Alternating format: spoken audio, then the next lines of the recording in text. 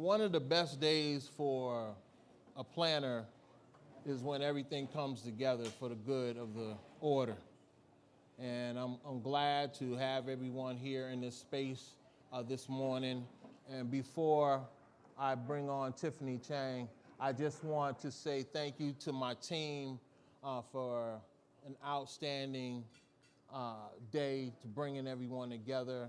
Make sure you get your swag, make sure you get your breakfast, but I'm going to move out the way so we can move the program. I want to bring up to you an outstanding journalist, news person. I can't say nothing more but good things about her. When we asked would she take on this mantle, there was no hesitation. And I want to thank my friend Tiffany Chan from WBZ. Thank you. Good morning, everybody, and thank you so much, William. I got the chance to go to one of the annual meetings, a couple months ago, and you guys gave me such a warm welcome, so thank you for having me this morning, getting up early and being here with the Urban League of Eastern Massachusetts. Let's give it up for this amazing organization. And I'm very excited to be a part of this candid conversation about not only diversity and inclusion in the workplace, but actionable steps companies are taking to make sure that this happens across different industries. And you're going to be hearing from such fantastic panelists from several different sectors, from finance and business to cybersecurity, gaming and hospitality, ways that they're diversifying the workplace. So thank you so much. Again, my name is Tiffany. I'm a reporter anchor for WBZ Channel 4. Very excited to be here today, and awesome to see so many elected officials here. Boston Mayor Michelle Wu, Suffolk County District Attorney Kevin Hayden. So let's give them a round of applause. Because when we talk about actionable, a big part of that is showing up. So thank you for being here, listening, and being a part of this conversation. When I think of Urban League, this organization has really committed themselves to making sure that the community is equipped to enter the workforce. It's all about economic and workplace development. So I'm so excited to be a part of this conversation. And what better place to have this breakfast than historic Fenway Park? So let's give a thanks to Urban League and also the Boston Red Sox for hosting us this morning. And let's begin this program with some music by Angelina Hightower singing Lift Every Voice.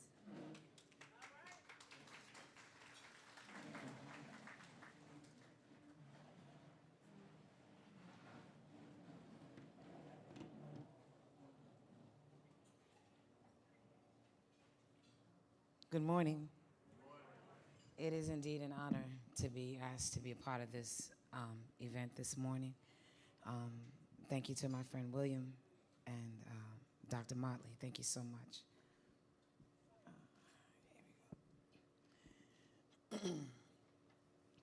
Lift every voice and sing till earth and heaven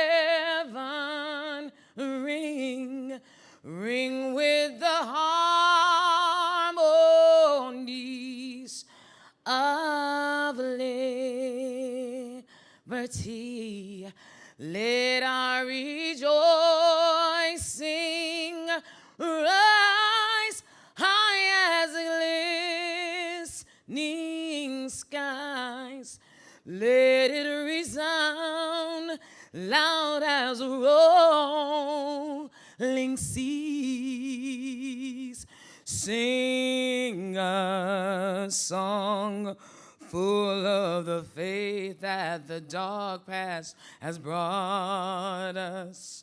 Sing a song full of the hope that the present has brought us. Facing the rising sun of our new day begun. Let us march on till victory is won. God of our wearies, God of our silent tears, Thou who has brought us thus far on the way, thou who has by thy might led us into the light. Keep us forever in the path, we pray, lest our feet stray from the places, our God, where we met thee. Lest our hearts wither one of the world, lest we forget thee. Shadow beneath thy hand, may we forever stand, true to our God, true to our native land, true to our God, true to our native land. Thank you.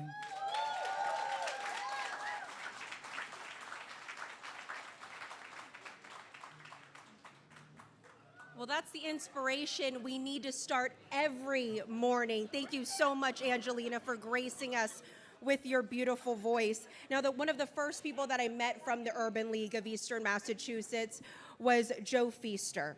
And he couldn't be here this morning, but let's cue up the video because, of course, if you know Joe, he always has a little something to say, right? So let's see what he had to say with this video. Welcome. Good morning and welcome to the Urban League of Eastern Massachusetts Diversity Breakfast. I'm sorry that I'm not going to be here with you in person, but I know that it'll be a great event because I know that William Watkins, who was the principal planner of the event, has made all the details work out for all of us today. I want to thank Sam Kennedy from the Red Sox because they have hosted our program for a number of years and are doing so once again. And you are at the legendary Fenway Park. And so I want to really reach out and thank my good friend Sam Kennedy. I also want to thank all of our sponsors and, of course, all of you who have joined us this morning to attend the event. This is one of our major fundraisers, and for you to be here with us is definitely desirable and helpful to the work that the Urban League of Eastern Massachusetts attempts to do here in Boston and throughout the Commonwealth. I also want to thank all the participants, our moderator, our mistress of ceremony, and of course our panelists who will have a very fruitful conversation with you as they speak to a number of the issues around diversity that they are engaged in. I also want to thank Dr. Keith Motley, our consultant, president, and CEO. For more than 3.5 years now, he has been at the helm, working with our staff at the Urban League, carrying out the mission of the Urban League. So I want you to join me this morning. I'm going to pause for a moment so you can give him a hand and to thank him for the work that he has done for the past 3.5 years.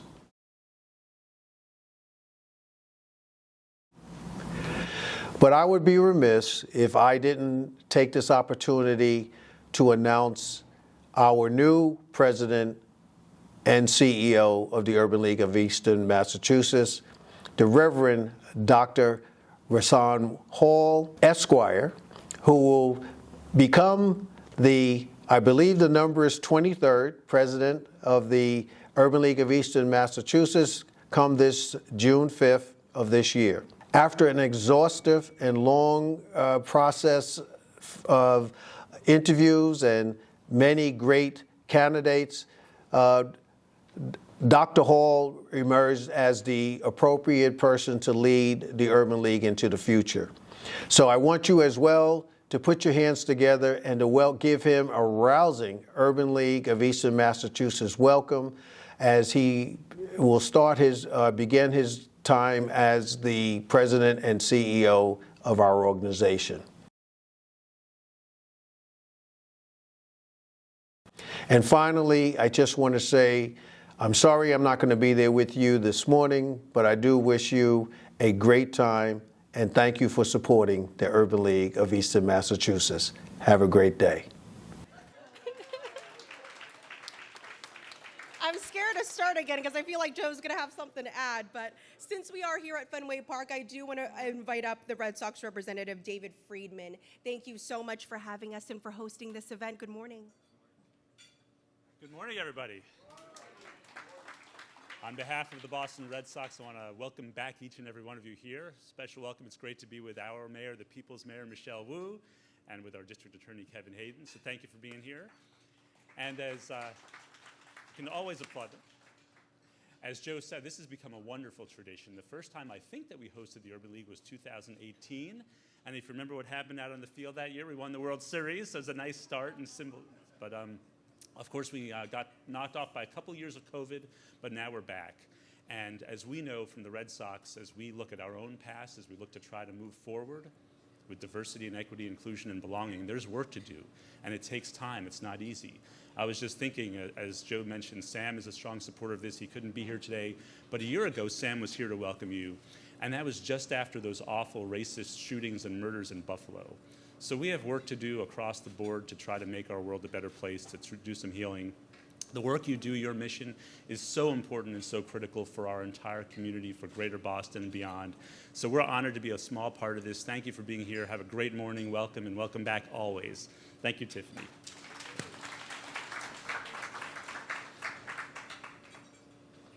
And I'm so excited to introduce the next person. He's hard to miss, and not just because of his grand stature, but he has such a great presence. And when I went to that annual meeting, I was just in the crowd. I was there with my friend Linda Champion. We were going from event to event, and I sat in that room and I just listened to all the initiatives and just how engaged people were. And Dr. Keith Motley was just one person that was not only a leader, but he was just so welcoming. So Dr. Motley, will you come up here? Thank you.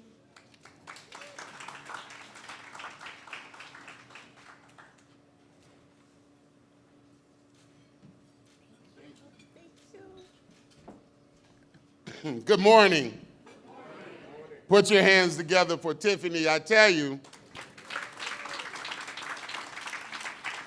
thank you even with all that you do for getting up this morning to be with us. And look at you. If you could just see what I see looking at you, and if you could just be as energized as I am by you, it's amazing. You look wonderful. We're so grateful to have you. Wasn't that a resounding Black national anthem? Lift every voice and sing. The amazing part was she didn't even go into the final stanza. I was all hyped up for that.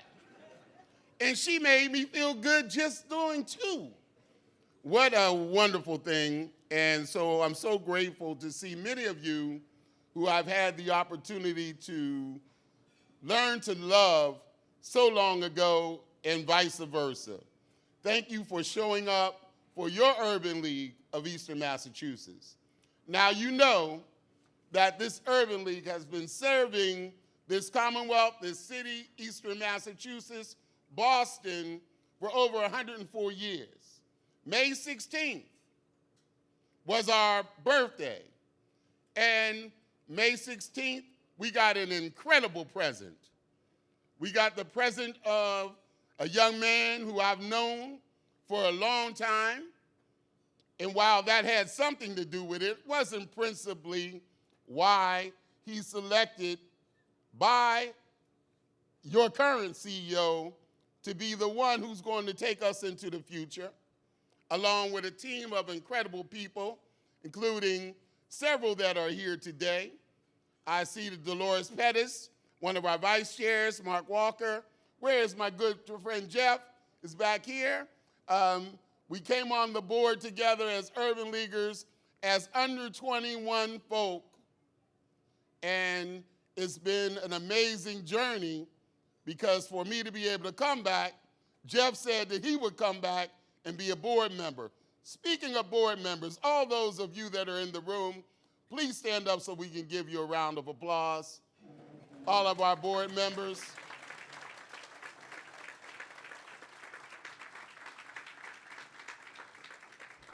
Now, I violated my own protocol because I never start anything without thanking the staff. First, the staff that works here as part of this Fenway operation. I was here about 6:25 this morning, and they were here making sure everything was set up for you. But more importantly, the staff of the Urban League of Eastern Massachusetts, who've allowed me to come in with all of the things that I bring with me, and they continue to come back, work their tails off. We went through COVID together. That's something I will never forget about them. They never wavered. They made sure that we operated remotely, and I love you all for that. Wave your hands, all of you staff members of the Urban League of Eastern Massachusetts. So we're here today because we want to celebrate all of you and all of the diversity that this great Commonwealth, and in particularly what this great city represents. We are grateful today that we're able to have this diversity and inclusion breakfast. And we have a panel that I'm not going to take the thunder away from Tiffany and let her introduce them. And then all of you are special guests. So I don't want to get those texts later on that you forgot me today. All of you are special guests. Now, some of you we're going to shout out. And some I've already shouted out in my mind. Okay? So if I've shouted you out in my mind already and I forget to shout you out later and you text me, I'm going to do what I do, which is not respond to that text. Because you already know how important you are to us. And your presence really indicates that. I can't forget to shout out our guild. Our president, all of our officers are sitting up there saying, you better not forget us. The guild is all of our incredible human beings who happen to be over 40 years old. Some of them in their 90s, and moving close to that century mark, and we're grateful for that because they bring wisdom. I was just telling them earlier, they have inspired me because since I was 17 years old, I've received from them probably 5 times in my life when I really needed it. The guild was there to send me their love and their support. So I'm so grateful for that. Can't forget our Young Professionals Network. Jaquetta's here. Not only is she a board member, but she's also the president of that group. And so they are here. Anyone who is below that number of 40 can be a member of our Young Professionals Network. Jaquetta, wave your hand. You all need to connect with her. It's a wonderful space for you to do what you do and not feel like Dr. Motley's all up in your business or he's going to cramp your style. You create your own style, which is an amazing, amazing thing. And so as I mentioned earlier, I'll be back. William, am I supposed to hit him up for money this time? Or is it the next time? Okay, all I know is Rapid 7, before I could come up here, Rapid 7 came up to me and said, well, you know I got you for $5,000.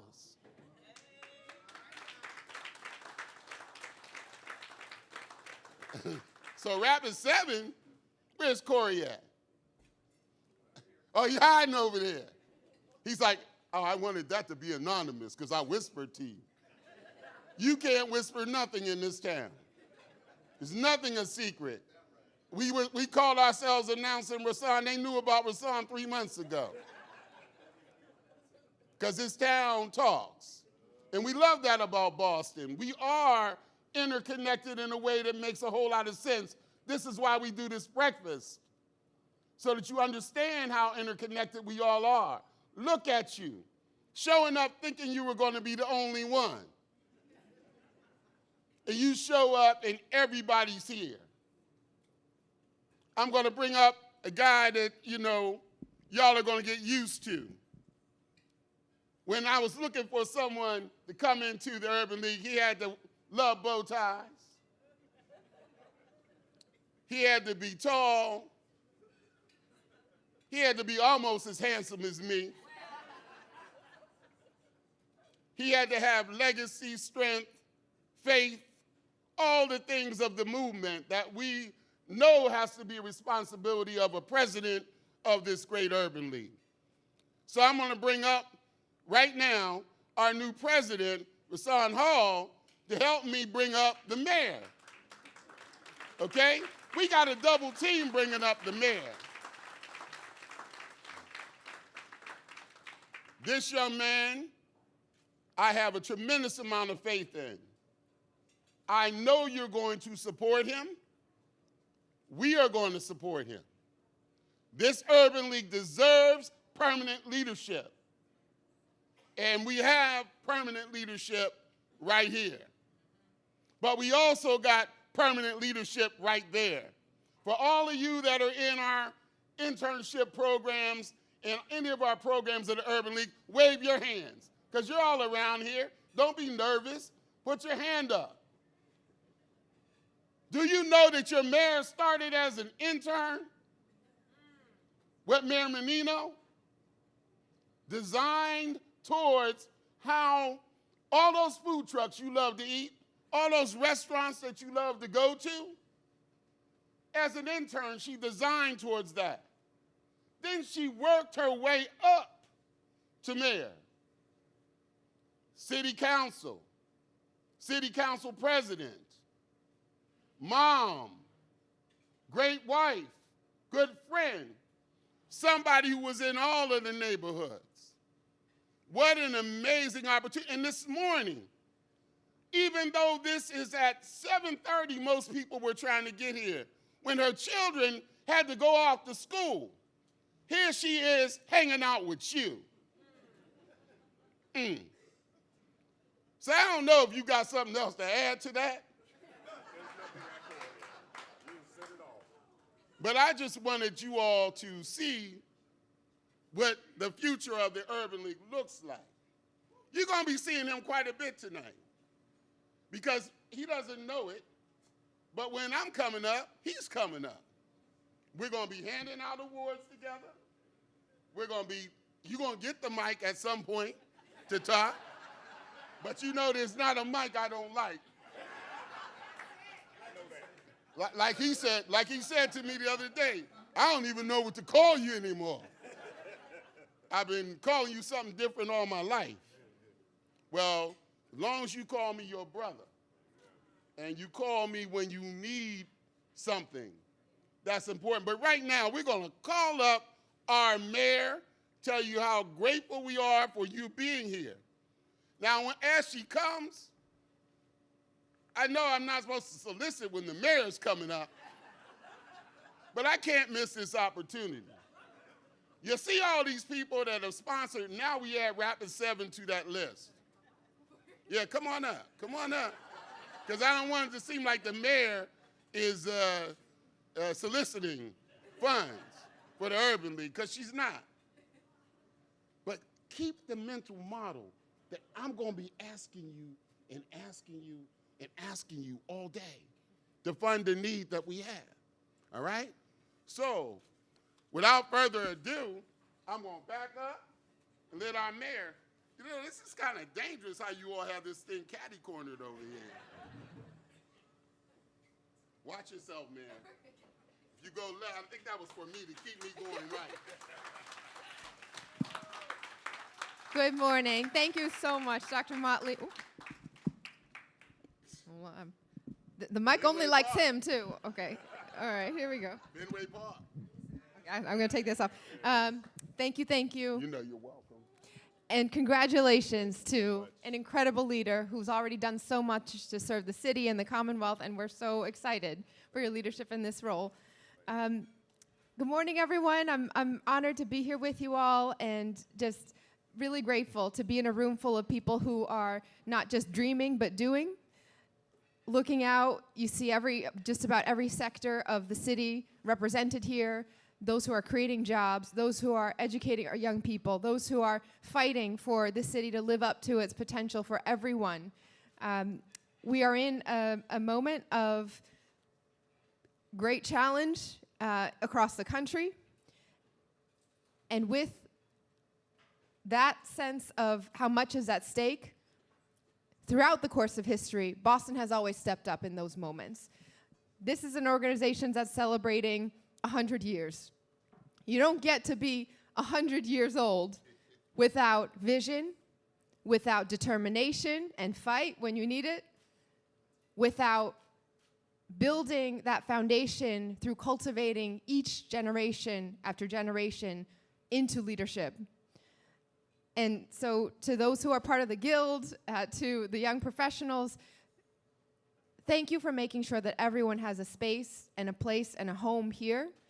This is what the city wants to model, and we want to make sure that everything that you all doing, that you're doing from STEM to the Msimbo Coding Academy to supporting survivors and returning citizens and breaking down every possible financial barrier to build wealth in our communities, that we can be a partner with that. I won't, you don't need to put any sugarcoating or try to disguise my eagerness to help you solicit. Right? I will be there. I will be there to make the calls that are necessary. I'll be there to push, to lend the full power and weight of the city of Boston. We've already been proud to partner with you all through those STEM efforts, through the workshops that we'll be hosting for workers to know their rights and to understand how to negotiate for wages and salaries. I want to shout out our Office of Worker Empowerment, who is represented here, including Urban League alum Trin Nguyen, who's now leading that cabinet, for all the work that they're doing to make sure we can support community partners who are deepening the work that's possible. We're also really proud to ensure that we are doing our part at the city to build that generational leadership.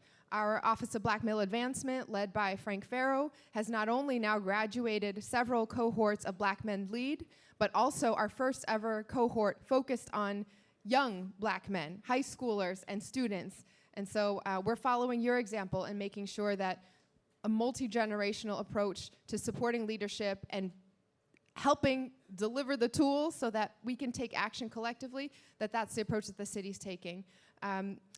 There's a lot more to do in the next 100 years, and we can't move fast enough in the work that we're trying to deliver every day. I've been telling my team at the city, in some ways we have to slow down to go faster.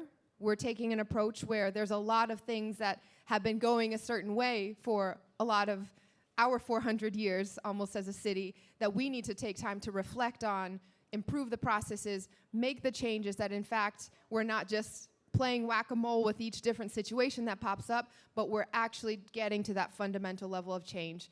This is a goal that I know our colleagues in elected office share, so I'm really grateful for the district attorney and his partnership on so many issues. I'm grateful. I think I saw State Representative Chris Worrell in the room somewhere, as Chris Worrell back there. Thank you for all that you do, and on behalf of the entire state legislature and our partners, the city council, and just about the best congressional delegation that anyone could ask for here in Massachusetts. So thank you for all that you do. I'm deeply honored to be here to bear witness to this incredible transition, and as your leader, your incoming leader says best, I come to make friends by making a difference. And that's what we're all here to do today, to support you, to back you up whatever you need. Thank you for stepping up to lead, and thank you for everyone stepping up to lead.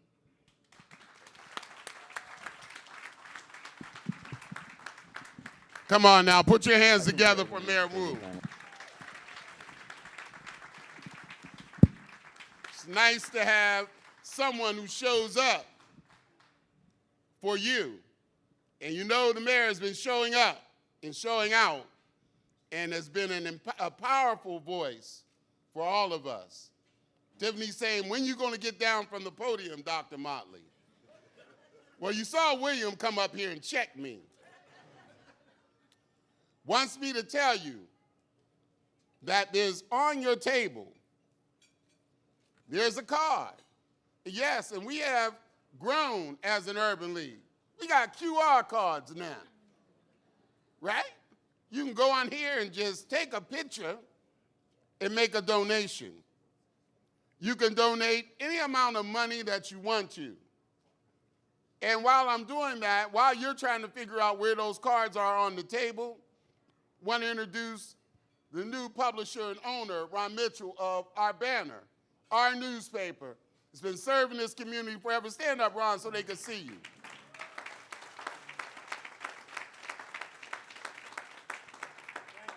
He's not new to the news, and he's not new to trying to make news. And so this is not some sub-novice who's taken over our paper. Someone who we trust and someone who we know is going to do an incredible job building on the excellence of Mel Miller. I know we mentioned the DA, but I cannot not mention him again. His father was my teacher. His father taught me well, but he also taught him well. DA Kevin Hayden, stand up so we can see you. Chris is trying to hide in the back. Stand up, Chris, so they can see you.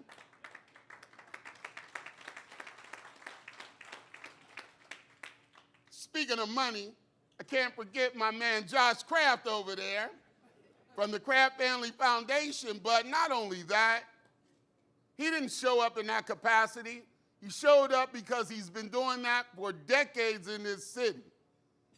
Former leader of our Boys and Girls Clubs, but now out here making sure that all of the clubs are interconnected, that you are being supported, you're being heard. Josh Kraft has not left the game. In fact, he's in the game in such a fascinating way.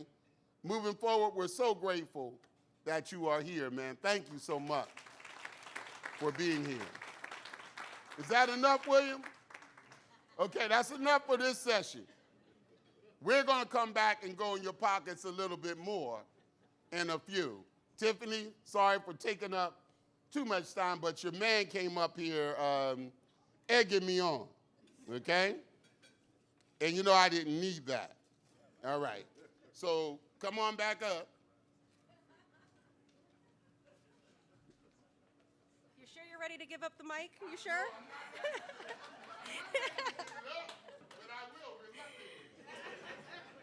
So we do have a video testimonial from a Coding Academy graduate that really signifies why programs like Urban League are so important, why diversifying the workplace is important, and why getting, the community into different STEM fields is so important. So if we can cue that up, take a look. I came to the Urban League to take advantage of the M-Symbol coding boot camp. It was always a passion of mine to go into the software engineering after high school, but due to financial reasons, things happened. So when I heard of the Urban League of Eastern Massachusetts and the coding boot camp, I jumped at it immediately. Well, the program was great. It was all virtual. During that time, it was 2020. And I learned the basic necessities that would allow me even to teach myself after the program. And even if you kept up the repetition, you'd be able to get some kind of employment in that field. So I was able to learn HTML, CSS, JavaScript, and other frameworks such as React.js, which is a JavaScript framework, and Tailwind CSS, which is a utility-first framework for styling. Through the M-Symbol coding boot camp, it led me to an internship which I landed for June at Wayfair as a software engineer. The youth can come here and learn and get away from any negativity that's out there, not only better their minds, better the community, better themselves. This coding boot camp was everything. If I was able to, I would have taken advantage of the digital marketing program they have, the digital design, because it is part of this digital world that we're in. Technology is just going to continue to evolve. And the Urban League of Eastern Massachusetts, it can change lives. so excited to introduce the moderator of today's panel speech, an incredible woman, Kavitha Prabhakar. She's a proud immigrant, American citizen, mother, and woman in technology, and also a champion for social change. Prabhakar is the Chief Diversity, Equity, and Inclusion Officer at Deloitte US. She leads the Deloitte strategy and commitment to drive more equitable outcomes. And to this end, she spearheaded the release of Deloitte's DEI Transparency Report, first issued in 2020, setting a new standard for racial, ethnic, and gender data transparency and accountability. And reading a little bit about her, she has really spearheaded getting more women into STEM, making sure that K through 12 children have access to STEM education. So please give her a warm welcome, Kavitha Prabhakar.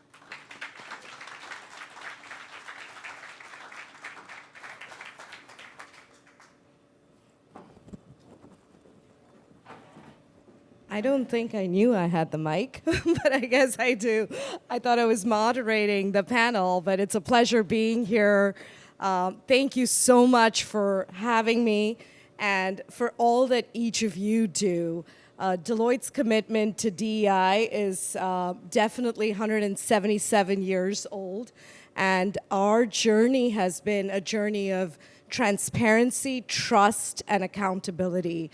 There's so much work to do in this space, but it's very important to recognize that there's systemic change, but also individual behavioral change. And we all have to show up as allies, because it's not enough to just be good humans that don't do no harm, but be humans that really lean in and actively support allyship every day. So it is up to us. While we're working on systemic change, it's also important as individuals to take not a philanthropic approach to this, but more of a constituent approach. We need to do things with people, not just for people, in my opinion. And that is what makes the change that we need to see come through. I will end by saying I am the Chief DEI Officer at Deloitte, but I'm also very well known as the Chief Troublemaker. So to all of you, I hope you create some good trouble in any role and every role you are in every day. Thank you.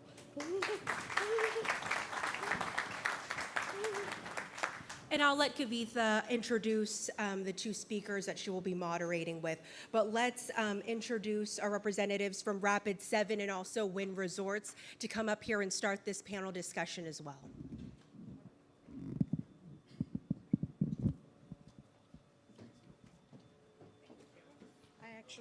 I believe I have a mic. Hi, Court.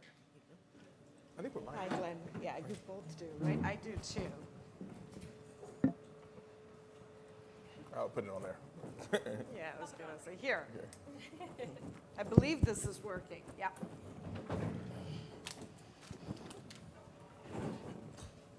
Well, hello, both of you. Thank you. Great to be here. Yes, it's wonderful to be here. I'm actually going to have you both introduce yourself, if that's okay to start with, so that people can know who you are. Great. Okay, Corey Thomas. I'm the chair and CEO of Rapid 7. I'm also a technology investor, and I live in Newton, Massachusetts. My office is in Boston, and I'm here with my wife and two amazing kids. They're here? No, Okay. It's in the area. I moved here from Atlanta with my family. Yeah. Oh, that's awesome. Because I was like, wow. I would love for my kids to watch me. Oh, no, trust me. My kids are super critical, so I don't enjoy it when they actually are critiquing me. Yeah. So Absolutely, Glenda. good morning. My name is Glenda Swain. I'm the Vice President of Diversity and Inclusion for Wynn Resorts and Encore Boston Harbor. I came here from Las Vegas to enjoy the Urban League, and we're a proud sponsor, and I'm happy to be here.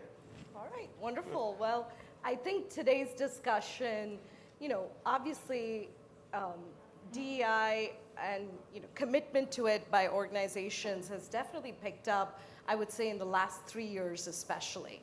And we see a lot of movement in the space, but it's always interesting to step back and say, is it activity or outcomes that we're driving in the theory of change, right? And how do we make DEI initiatives more actionable? So I'm very interested in hearing your opinions on this. Glenda, do you want to start first? Sure. It's quite easy to make DEI actionable. Once you figure out what types of initiatives you want to implement, you just put metrics around it. There's an old adage that says that which gets measured gets done. So, once you figure out what initiatives you want to implement, just put some action planning behind it. It's no different than business planning. Yes. Companies have business initiatives and goals and things like that.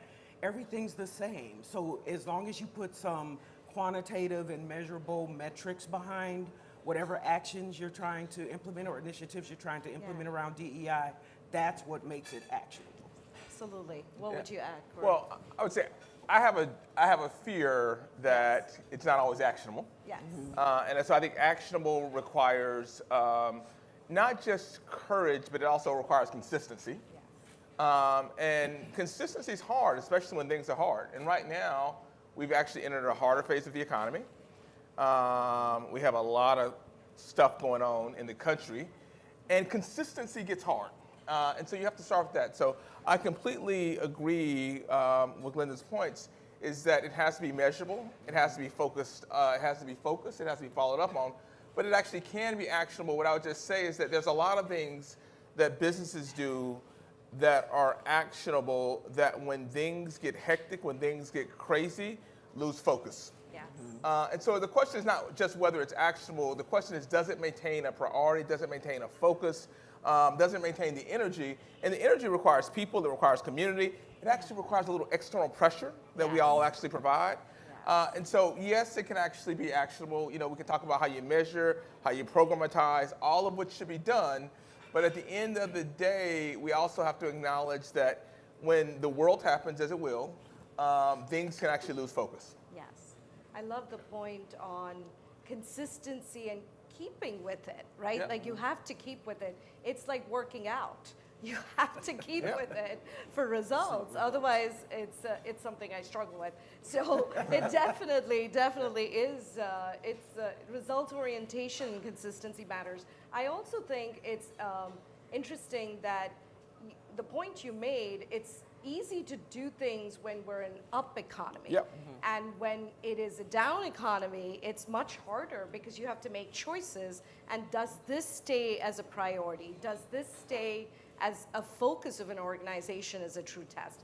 I also think it's hard to, DEI progress is not linear. You're gonna see ups and downs. It is gonna be cyclical, but how do you stay focused and consistent, I think is super important. One other thing at Deloitte that we're doing is not just measuring outcomes from just representation, but also sentiment, right? Do people feel like they belong is a big testament to this as well. Not just that representation has improved, but the sense of belonging has improved is, I think, an important aspect. So what strategies do you employ to translate DEI into tangible actions within an organization? Corey, do you want to go first? Yeah, and so look, our approach was sort of like two prongs. One was that we wanted to actually target sort of like areas where we could actually get obvious alignment. And so one of the first areas that we actually targeted said, listen, the organization as it is as it is, but there's zero reasons that we should not have diverse pools entering the workforce. So we just started with our hiring pools and just said, listen, when we bring in, we will actually bring in diverse, highly talented pools. Now, I think there was one important thing that we actually had to do as a precursor to that, and we had to say excellence will never be compromised. Standards will never be compromised. Because I think, listen, I think one of the worst things, I say this as sort of like, as a black male who went into the workforce, talk to women about this, no one wants to be in a place or job where people think that they didn't earn it. Right. Okay? And so like that is just completely unnecessary. So the first thing we actually did was say standards will actually escalate and increase. Yep. And we will actually escalate standards. We will actually expect higher excellence as we actually diversify. And so then the people that we brought in were exemplars of that, actually raising the standards, raising the bar. And that actually sort of like took away lots of what I would call the silent resentment. Because you're bringing in sort of like talented people. So we did that with the hiring pool. We did that at the college level. We instrumented that. And then we actually had to be really systematic, where it was probably the most politically controversial, with how we do promotions. Because you want to know how any organization works, you look at the politics of promotions. And who gets it, how does it get it, who gets raises, who gets compensation. And so we had to really instrument a gospel process to actually review. And frankly, we actually took away the ability for managers and VPs to actually unilaterally promote. We did promotions based on panels that was based on evaluations by groups and teams. Yep. Okay. So at Wynn Resorts, we approach diversity from 3 pillars. So we focused on the workplace, the marketplace, and the community. So we broke it up into those 3 pillars, and under each pillar we have very, very specific initiatives. For instance, in the workplace, we wanted to make sure that our workforce was educated on diversity initiatives. So we built a diversity curriculum that's part of our larger learning and development curriculum that focused specifically on educating them about diversity so they can go into their respective organizations and teach their employees. And then another initiative internally is cultural commemorations. You said about belonging and awareness. Having awareness of the various cultures that exist within the company is very important, because it fosters a greater appreciation for your fellow employee. And some people, you'll be surprised, right now we're celebrating Asian American and Pacific Islander Heritage Month. Yeah, happy API. Happy API. And we want to make sure that we educate our employees on what exactly does that mean. That's right. What does the Asian culture mean? How can you relate to people in that culture? So that goes a long way with the belonging piece. In the marketplace, we look at who are our external marketing partners, not just our guests, our vendors, people who come into our 5-star resort, but how do we engage with them, and how can we partner with them in a way that's meaningful for both the company and the business. And then in the community, much like our partnership with the Urban League here, how do we show up in the community, in the communities in which we do business? So our diversity strategy is hinged on those pillars, and we're very intentional. You have to have a certain level of intentionality around the DEI work. Otherwise, to your point, it's not sustainable. It falls by the wayside. People forget about it. But if it's hinged in the business model, you'll never forget. Absolutely. And I think the more we can think about DEI as a business imperative versus a talent imperative, you basically start to see it as the DNA of the organization. I also think, Corey, something you said really hit home for me. We have this concept of flipping orthodoxies. And I think there's a set of orthodoxies. If you take time as an organization to say, what are orthodoxies that we have always lived with, and how do you flip it? For instance, Deloitte's legacy is very much an audit and assurance firm. We're very risk averse in our approach, and there was always this: we cannot be first, right? Is there a precedent for that?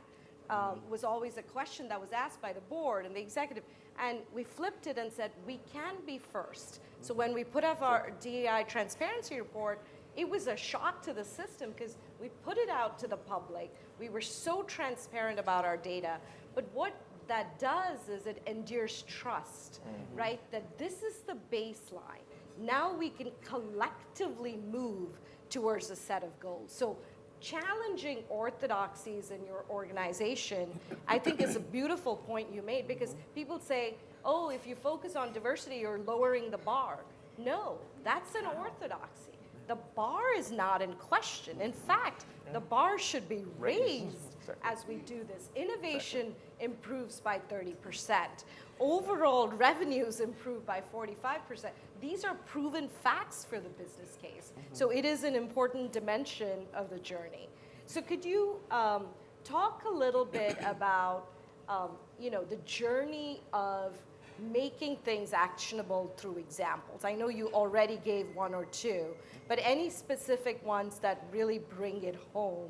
And how do you measure effectiveness? I think a lot of people constantly challenge, is this a feel-good approach for an organization, right? Oh, we do this because it feels good. And, but I always say, it can be the right thing to do and right for business, right? Yeah. Both can be true at the same time. So I'm interested in your opinions.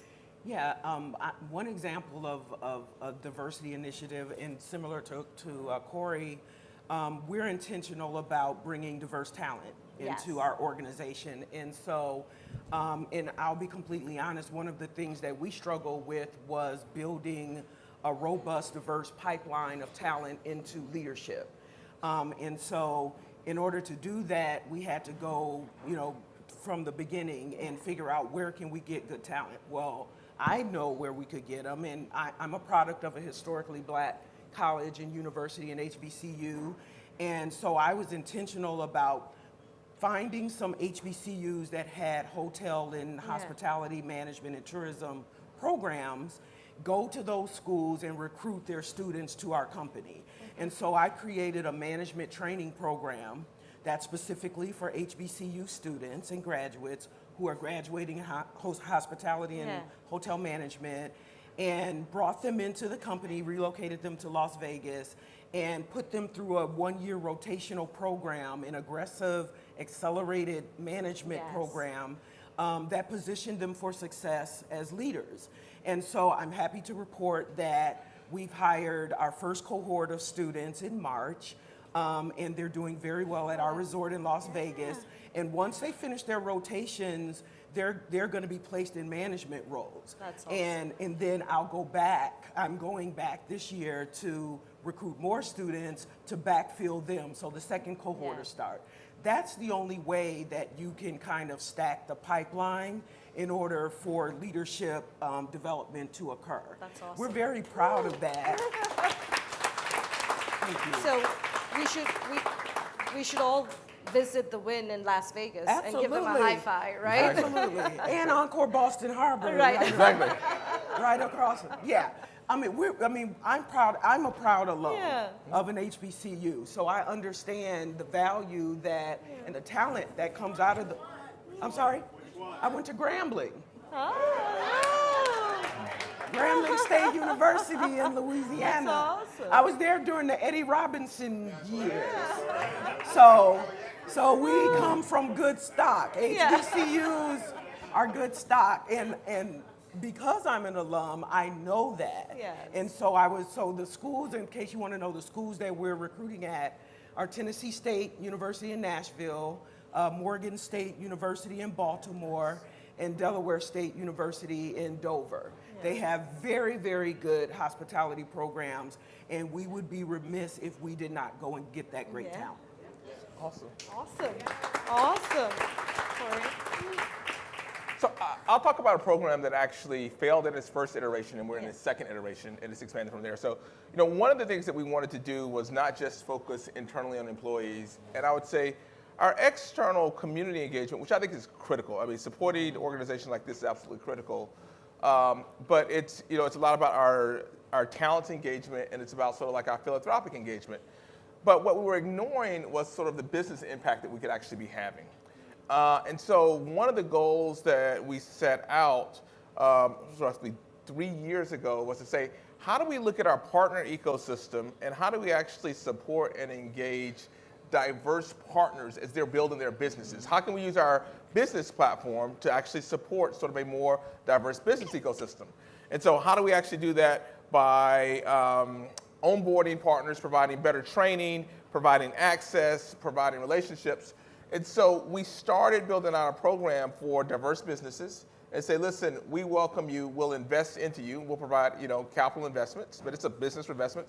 You have to actually, by the way, we evaluated you. If you didn't actually make it, we give you feedback that says come back next year. But the idea was we would make fundamental investment decisions. We had one partner went through it, was great. The program died after that. Why did it die after that? It's because I'm busy. The person who was actually managing the program left the company, and I didn't have another person to pick it back up.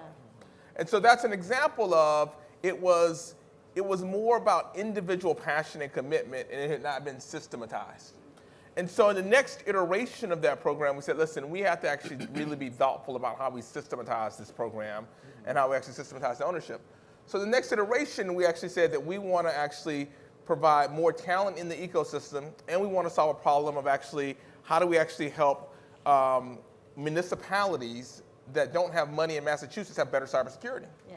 So with that, we set aside some money ourselves in a program. We went to the state legislature, and the legislature, Karen Spoke and others, and the governor, both the previous governor and this governor, supported creating something called Mass Cyber Trust that a friend of mine, Gary Evie, plus a couple other people, put a lot of sweat equity into. But what it is a nonprofit that actually takes diverse talent that have gone through training in labs but haven't been able to get a job, and it gives them a stipend to actually really secure and work in a real nonprofit cybersecurity organization that's securing municipalities that can't afford full cybersecurity programs.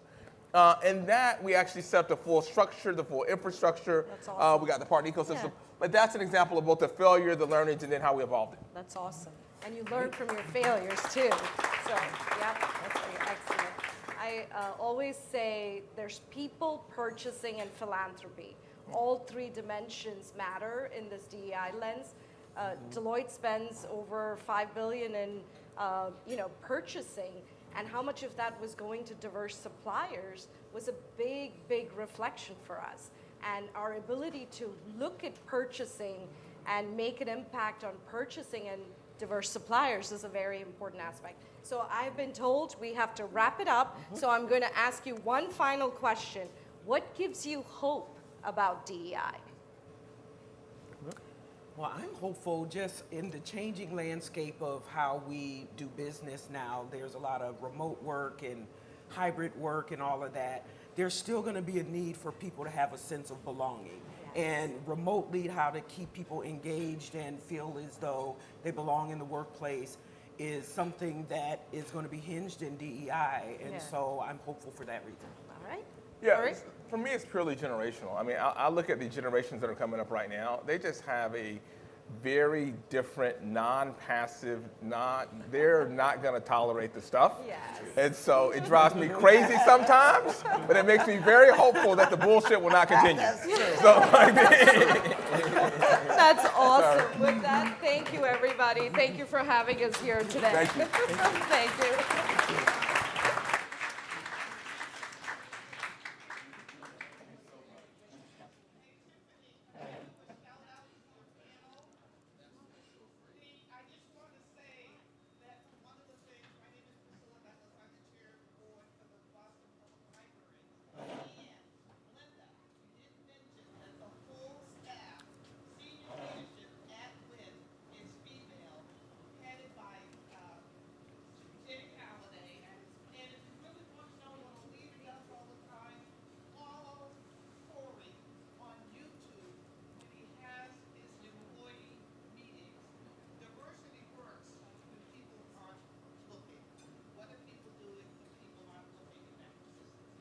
Let's give it up for our panelists. It's so encouraging because sometimes you hear about diversity and inclusion and you think it's just a program. So to really see it in action is so encouraging. Thank you to the panelists. You know, this breakfast wouldn't be possible without William Watkins, someone who I know has been planning this breakfast, who has been coordinating with me about this breakfast for the past several months. So let's give it up for William Watkins.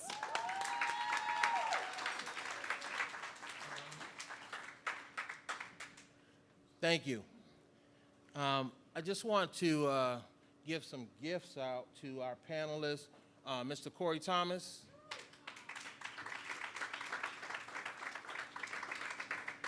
Kavitha.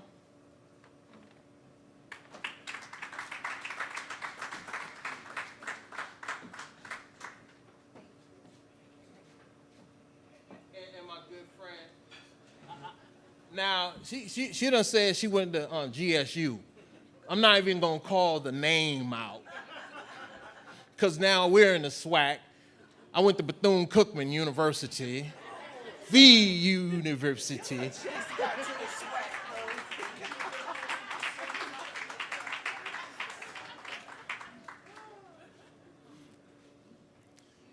You know, this event is really about the people that we impact.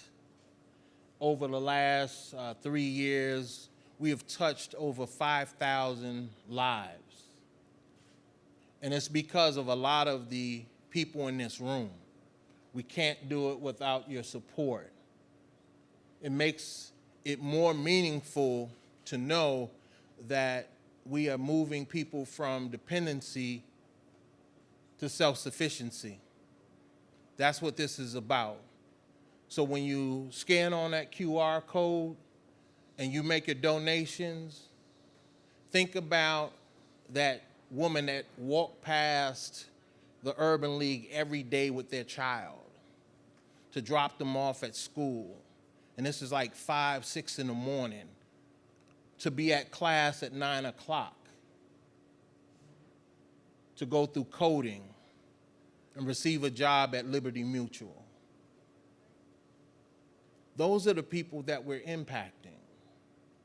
We have students in here today in our graphic design program. We have young people that we're working with through our Youth Opportunities Developing Achievers program, showing them how to fly drones. So when you need those drones, DA, you come check us out. But that's what the Urban League was built on 104 years. We were the first headhunter. People would travel far and wide to find an Urban League, because they knew when they talked to people in Chicago or Alabama, I'm going up north. And they would say, stop at the Urban League. They can tell you all the resources in those areas. And we continue to do that today. So we're not new to this. We were first at it, and we still have done it.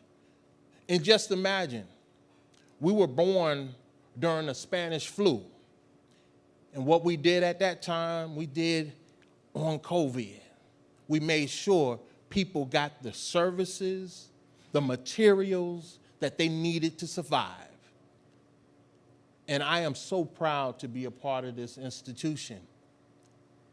We also work with women who are going through domestic violence, in the only institution within the 92 affiliates that do that. And you should be proud as Bostonians and in this Commonwealth that we do that.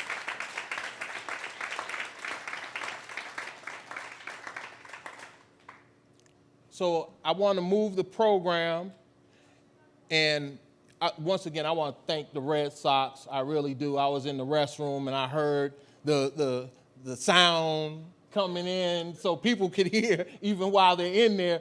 Donate.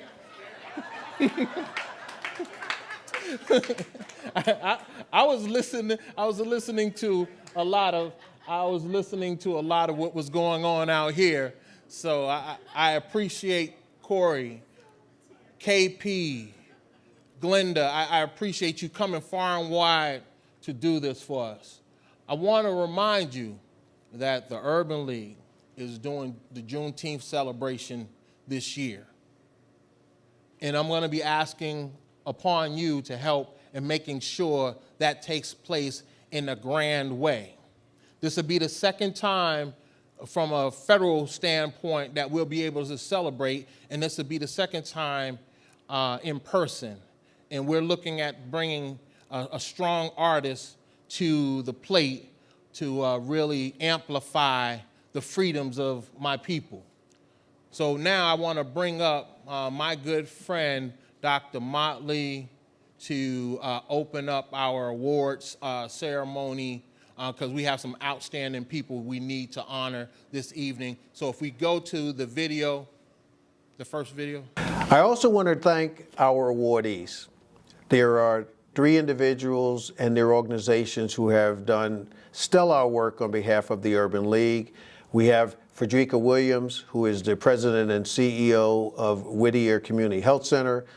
We have Peter Dulock, who is a board member of the Urban League and chair of the program committee and is at Enterprise Holdings.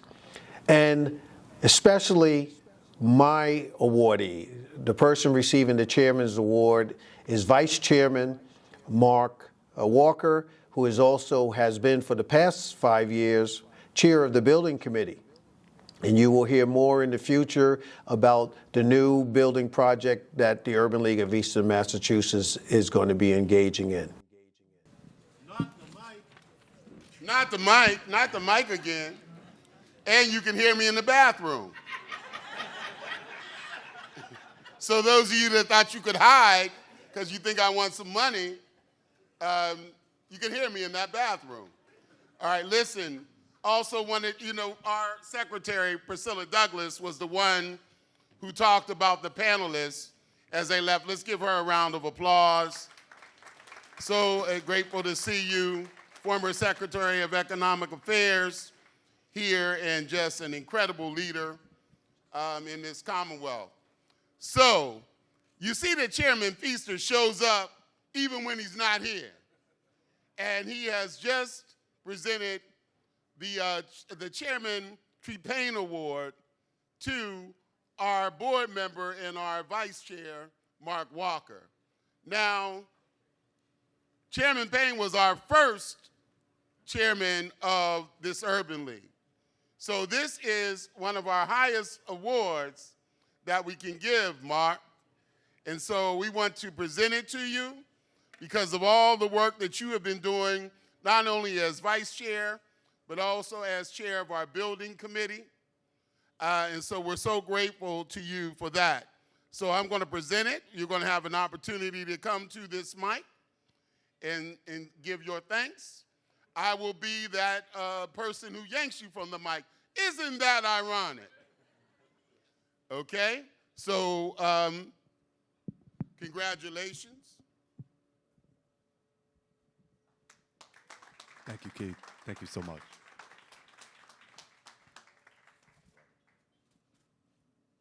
Then we want to pose with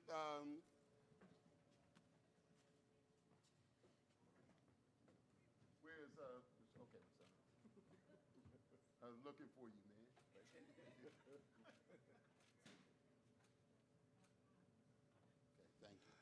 Thank you, everybody. I would like to thank Keith, the board, Sean, our new president, my constituents on the building committee, and the rest of the board members. I'm truly honored and humbled to receive this award and look forward to continue doing the good works that we do here at the Urban League. You've heard a lot of things that we do today, and so glad to see everybody here today and to continue with the theme of giving. I will also ask for your support for the Urban League as well. And lastly, I would just like to thank my wife for all the support that she's given me, and she couldn't be with me here today, but without her, there is no me. And also, just to make one announcement as far as our building committee. Maybe a lot of you don't know, but we are redeveloping our building at the Urban League, and just found out 2 days ago that we received approval for our funding for our brand new building, which will provide affordable housing for rental and ownership, and a brand new facility for the Urban League to take us to the next 100 years. So Rashawn, hopefully you're alive that long, my friend. I'm gonna make it. Welcome, and thank you again. Thank you, Mark. So the next awards are named for 3 incredible human beings in our community. The first award is named for the legendary and great Mel King. It is our community, and that deserves a round of applause. As you know, Mel has gone on to the role of ancestor, and so he joins a roll call of folk who've made an incredible difference in Boston and beyond. So we decided this year that we were not going to give the award. We wanted to give it to his family for all those years of supporting him, and they asked us to give them a moment. And so know that one of our awards, next year, that's going to be one of the most prestigious awards that you can get. So keep doing what you're doing in the community, because we're watching you, all right? We are watching you. The next award is named for George Russell. George Russell is a long-serving person in this community. He grew up here in Boston, first black person to be the treasurer of the city of Boston. He also went to New York, ran a bank, but then came back to State Street Bank. And at State Street, whose pavilion you're in right now, and I know that has a lot to do with Mr. Russell's legacy, just did an incredible job of not only being an executive, but a foundation leader who made sure that all of us had some of that philanthropy given to our community efforts. He is the one who made sure that this building that we're in as an urban league was mortgaged, that the lease was done, the mortgage was done, and that we were able to move on in a building years ago when that wasn't something that was happening in the middle of Roxbury. And so George Russell's award is the Business Award. The final award is Joan Wallace Benjamin.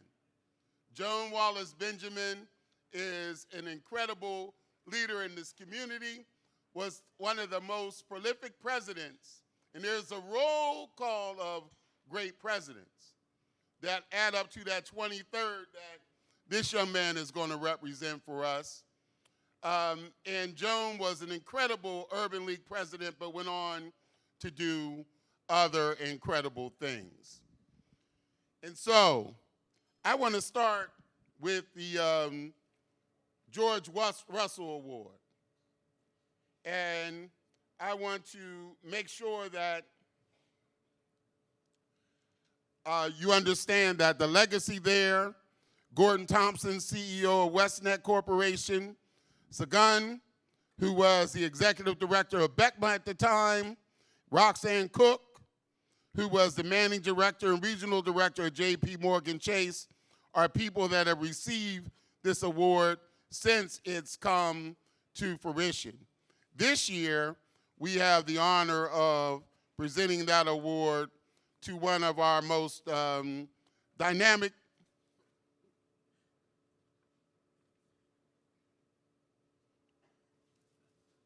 Oh, the Peter? You thought I wouldn't know that? He wants me to tell you all that it's Peter Dulac. Maybe he was trying to move me on. I thought I was building it up too much. Or maybe he thought that I was going out to pasture or something, couldn't remember, that Peter Dulac, who we asked his beautiful wife, who's standing up there, stand up for us so you can wave, to change her vacation plans with her man so we could present him an award. And we thank you for allowing him to come, William, to be here today to receive this George Russell Award. Now, he thinks he's getting it because of what he's currently done with Enterprise and them being the lead sponsor today. That's part of it, because that lead sponsorship allows us to do so many things with the Urban League of Eastern Massachusetts. But he has a legacy of giving. I was reminded as I was sitting out in the audience that Chelsea, a long time ago, when they needed some housing, who was there to make sure that that happened in that community? So he's not new to the game. He's not somebody that we're just bringing up on the stage to honor today. He's someone who's been making a difference for an incredible amount of time. And so thank you, Peter. Come on up here and accept your award.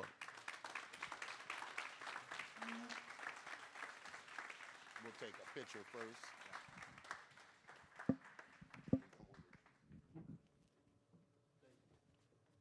This young man's working out already. He's picking up mics.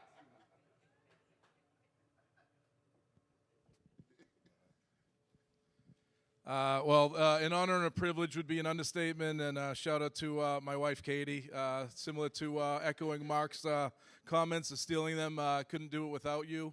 Enterprise Rent-A-Car comes from humble beginnings as well, and we had a war veteran, Jack Taylor, who volunteered for the Navy in World War II, and he went on as a private. He came home a decorated Air Force pilot after 33 combat missions, started Enterprise Rent-A-Car in St. Louis, Missouri. We're a privately held company with an amazing foundation, which allows us to be a significant part of our opportunities. Our Road Forward program is about equity and diversity, a pledge of $50 million that we continue to do wonderful things like we are here today. We have a Fill Your Tank initiative, a $60 million initiative to continue to feed, the communities that need it the absolute most. So I know we're running on the clock, but I do want to congratulate our new CEO, Reverend Hall. Looking forward to working with you. My partner in crime, William Watkins. I've been on the board and involved with the Urban League since 2007. Before that, I used to bother Mr. Josh Kraft in the Boys and Girls Club in Chelsea. So I do want to thank Chairman Joseph Feaster. He does an amazing thing for the Urban League. He is up front. He is the glue that continues to hold us all together. And last but not very least, Dr. Keith Motley, a staple in the community, a magnificent person that just continues to give and give and give. I hold it against William and Dr. For going to Northeastern. I'm a Boston University guy. But besides the bean pot, that's okay. You make an effort every single year for the executive board to give us 45 minutes of one-on-one attention at the end of the year, and that not only has touched me as a person, it's impacted me as a business person, but it's just really enlightened me into so many different ways, and I can't tell you how much I personally appreciate that, Dr. Motley. So thank you, everybody, for being here, and to our sponsors. Thank you.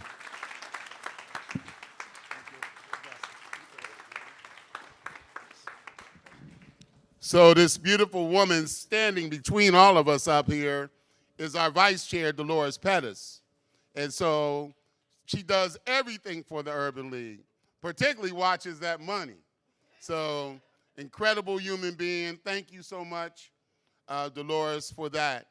So our final award recipient had to go to London. Frederica Williams, as you know, is an incredible leader in healthcare. We are so grateful to her. During the pandemic, they were everywhere as Whittier Street. She called me this morning and said, I was sending somebody, but I remembered that you are not only my mentor, you are my friend. And so I want you to sort of accept for me and tell everybody how grateful I am for the award. You know, she recently lost her mom, but she went to London because she bought a home there for her aunties, so that every time she needs some mother love, she can fly to the UK, work remotely, be with her aunties, and this was scheduled before we let her know about the award. Why is she being honored today? When we needed somebody to partner with us to give away 2 million masks and about 1 million things of sanitizer, and another 1 million things of all kind of other PCP during the pandemic.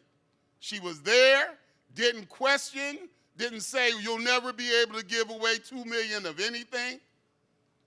And we got rid of it in a couple days because of her and Westnet.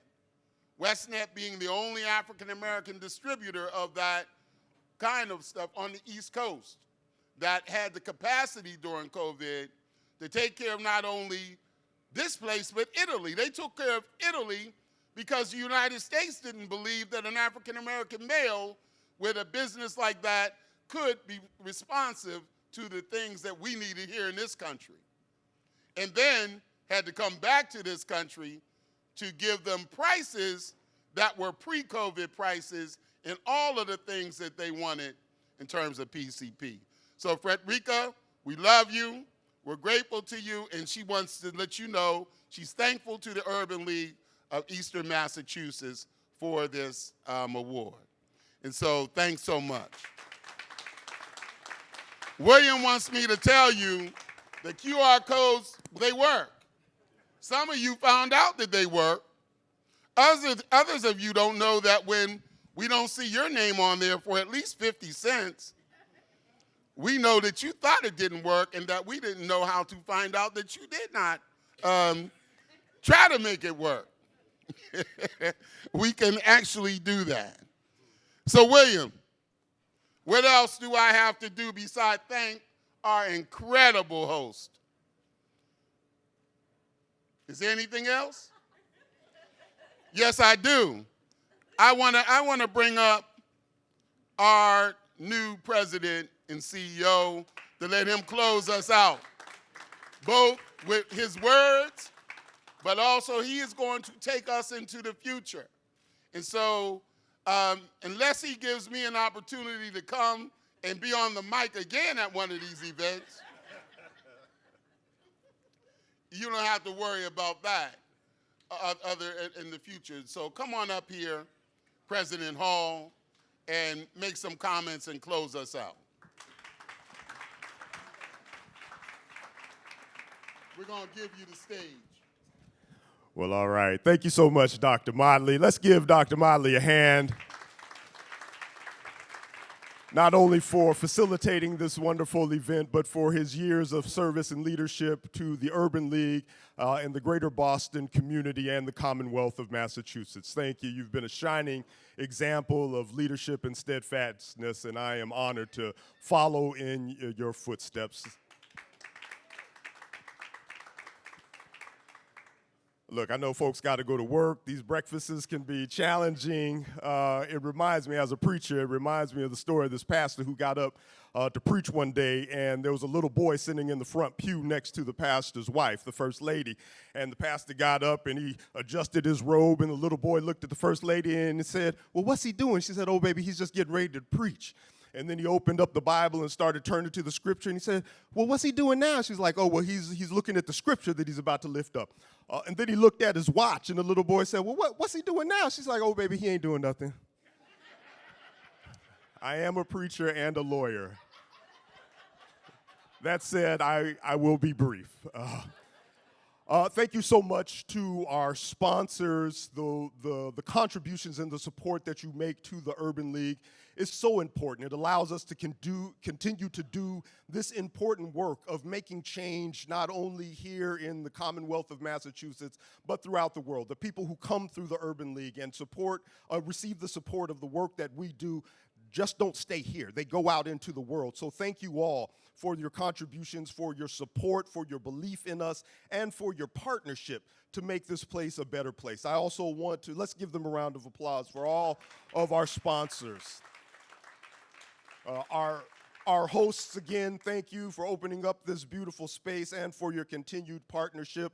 I want to thank the board of directors of the Urban League of Eastern Massachusetts. Thank you all for your vote of confidence in allowing me to fulfill this great opportunity of taking up the mantle of this historic civil rights organization. I promise that all that lieth within me, I will press to the wheel to make sure that I don't let you down, but also to bring pride to this organization. Hats off to the staff. Thank you for all of the work that you have done to make this thing work, to make this happen, to make this a success. And finally, I think it's just important to continue to remember that the climate that we are existing in, we are under attack.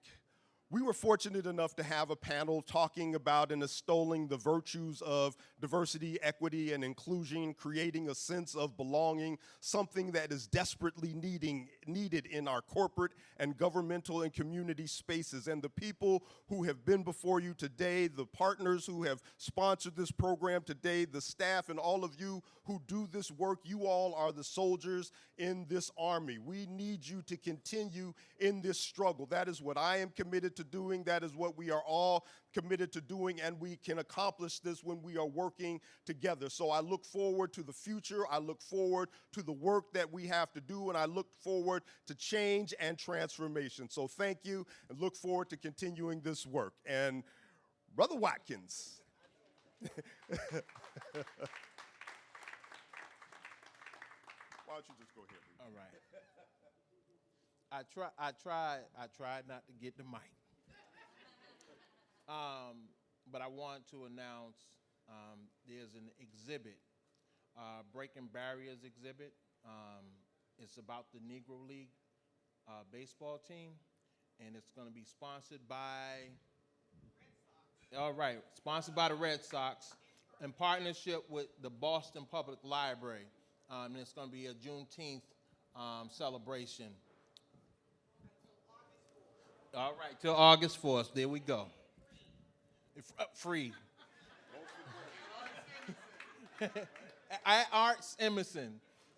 Next time we're gonna put you on. We're gonna put you on the agenda. So. Thank you all. Thank you all. Oh. You go ahead, man. I'll let you do it. To our wonderful mistress of ceremonies, thank you so much. You did a wonderful job. Thank you for gracing us with your presence and taking time out of your busy schedule. So thank you all. Take care. See you next year.